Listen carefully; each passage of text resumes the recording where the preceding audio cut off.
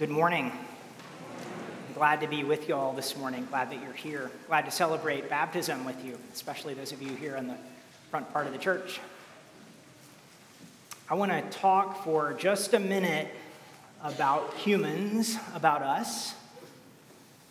You know, the name of our species is Homo sapien, wise man. That's how it translates. But several scientists have proposed that a better name would be Homo prospectus, because we contemplate the future. We spend much of our time consciously or unconsciously planning for, thinking about what's coming, what's in the future for us. And this is great. A lot of the time, this is great. It's, in fact, one of the reasons why we are wise, how we use that power for good. But it's also a problem for us when our conscious or unconscious view of the future is distorted. I have spent a fair amount of time with some anticipatory anxiety. Maybe you have too. Worrying about things that aren't likely to happen and often that aren't worth worrying about. So sometimes that prospectus goes a little haywire.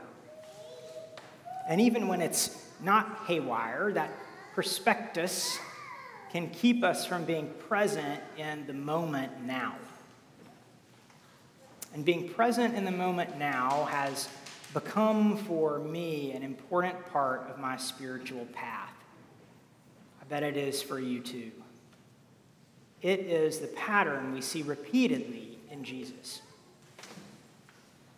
You know, one of my favorite spiritual authors, he writes that our journey, our spiritual journey, often involves more unlearning than learning. We have more things to give up. This is certainly true for me. And one of those things for me is giving up some of that prospectus. Giving up enough of it to be present in the moment. Fully as possible, right now. We are reading from Luke's gospel today, and a little earlier in Luke's gospel, the author reports that Jesus says to his disciples, "The kingdom of God is in your midst." And Paul, he writes to the Corinthians that now is the day of salvation. And Jesus, in our passage this morning, says, "Today you'll be with me in paradise."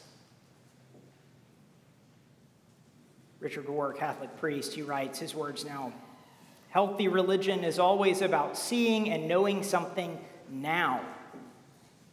Demands a transformation of consciousness on my part today." He writes that this is really what prayer is too.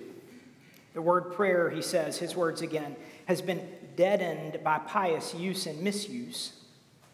So much so that we really need a new word for what we mean.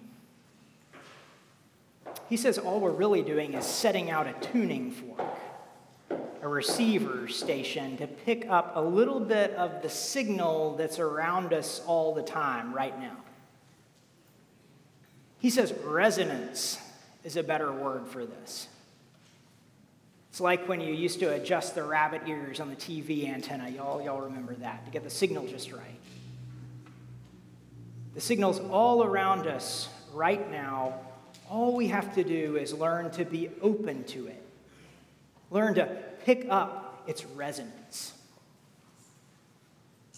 In the words of another author, there's a bass note of existence playing right now underneath everything. We know how to put a lot of other notes on top, some wonderful notes on top and some discordant ones on top too. But prayer is our openness to picking up that bass note that's underneath it all. Rohr writes, his words again, "Prayer, as very traditionally understood, knows reality in a different way. Instead of presenting a guarded self to the moment, true prayer stops defending or promoting its ideas and feelings, lets go of any antagonistic attitudes or fears, and waits for, expects, and receives guidance from another. It offers itself nakedly to the now. It is an allowing of the big self, capital letters there, big self, more than an asserting of the small self. Eventually, you'll find yourself preferring to say, prayer happened and I was there, more than I prayed today. I want to say this today on Christ the King Sunday, where we mark the kingship of Jesus, because all of this is a central feature of Jesus' life, his way of being. A feature that we see on display in our gospel reading today and in so many other of the stories that we have passed down to us about Jesus.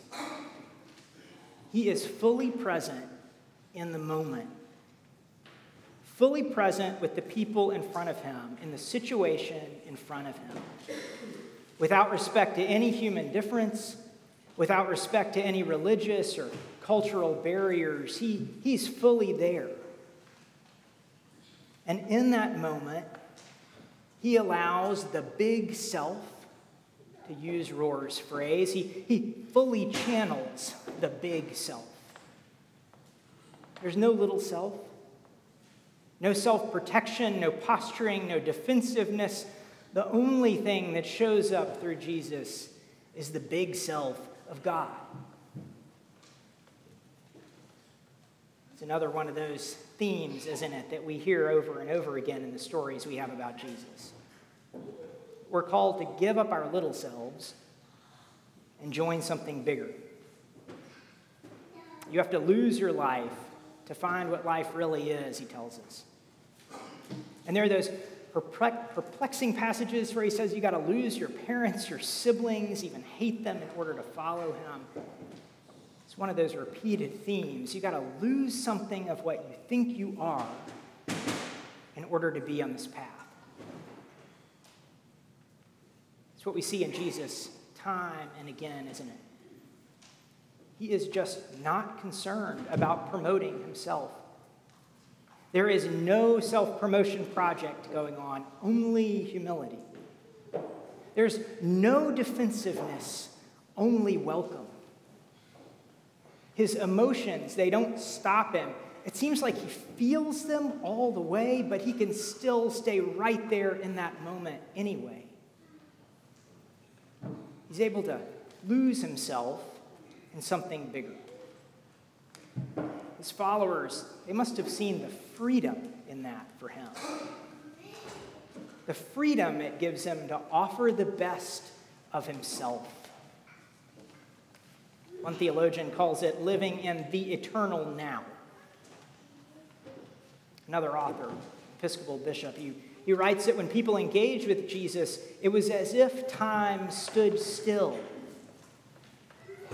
Whenever Jesus was with another person, think of the woman by the well or the rich young ruler or someone who was sick. The way the disciples recounted the story, it was as if time stood still. Jesus engaged that other person, this author writes, inside what must be called the intensity of eternity. That's what we mean, and the author I'm quoting says, I believe too. It's what we mean when we say that we see God in Jesus. We see a person able to bring all of himself. No defenses, no cultural or religious or ethnic barriers, no emotions that serve to stop him. He feels them all and he can stay present. He brings the best of himself to those around him. Consistently offers all of himself. It's what we mean when we say he offered love. We can hear the rhythm of that bass note through him. No distortion, only the intensity of eternity. It's freedom, isn't it?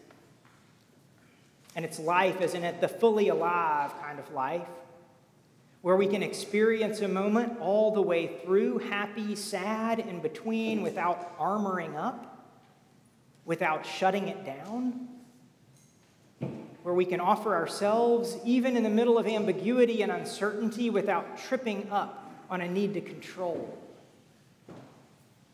It's freedom from all those scripts that operate around us, all those different little selves that we're supposed to be.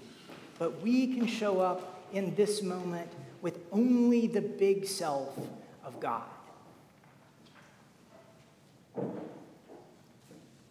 We are fortunate to be baptizing 5 people today, 4 in this service, 1 other over in Communion Cafe, new followers on this path of following Jesus. And we're affirming in that baptism the same thing we affirmed in our own baptisms, that the story of Jesus is our story too. We say it right in our liturgy. We say that baptism joins us with Christ in his death and resurrection. That fullness of life that we see in Jesus, it is open for us too. It is our call too. Paradise is open for us today, in this moment. And what's in it for us is an experience of the freedom of God, an experience of the love, the peace of God. It's not going to change our circumstances, but it will let us live from a deeper place. It's an openness to receiving the notes that play underneath all of those circumstances. Just bring yourself open to others, open to the signal all around us, and find the intensity of eternity in this moment, and find God.